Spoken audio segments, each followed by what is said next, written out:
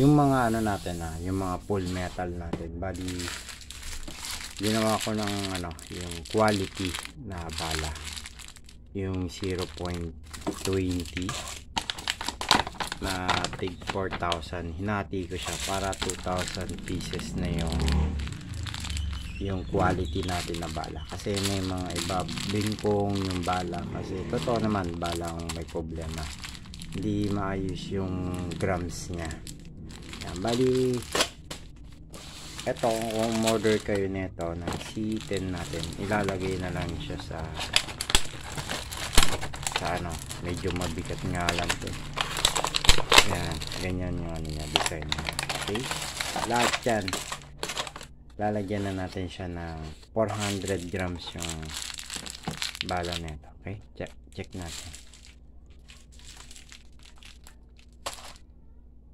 Yan, 400 grams ang isang balot. Bali dalawa yan yung tag 2,000 ay 4,000 pieces yung isang pouch niya. Hinati ko para tig 400 grams sila. Okay, yan lang yung niya. Bali ilalagay ko yung mga link nito sa description, para dyan na lang kayo order sa description natin.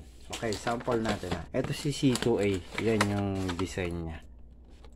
Yan, full metal yan siya ang pinakamalakas.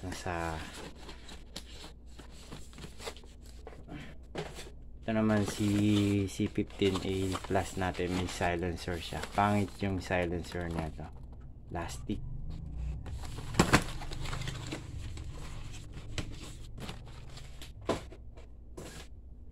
Ito naman si C15A lang natin, wala siyang silencer.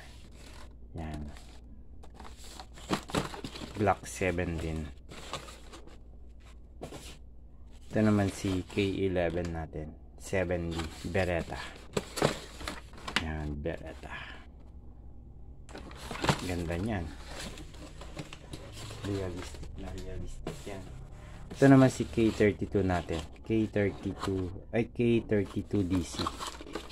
Yan, K32 DC 45 1911. Realistic din yung kulay niya.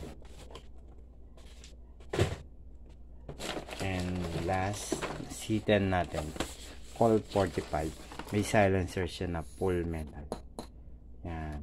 Okay, lagay ko na lang yung link natin sa description. Lazada, Shopee, TikTok. Bali, ito yung natin, bala natin.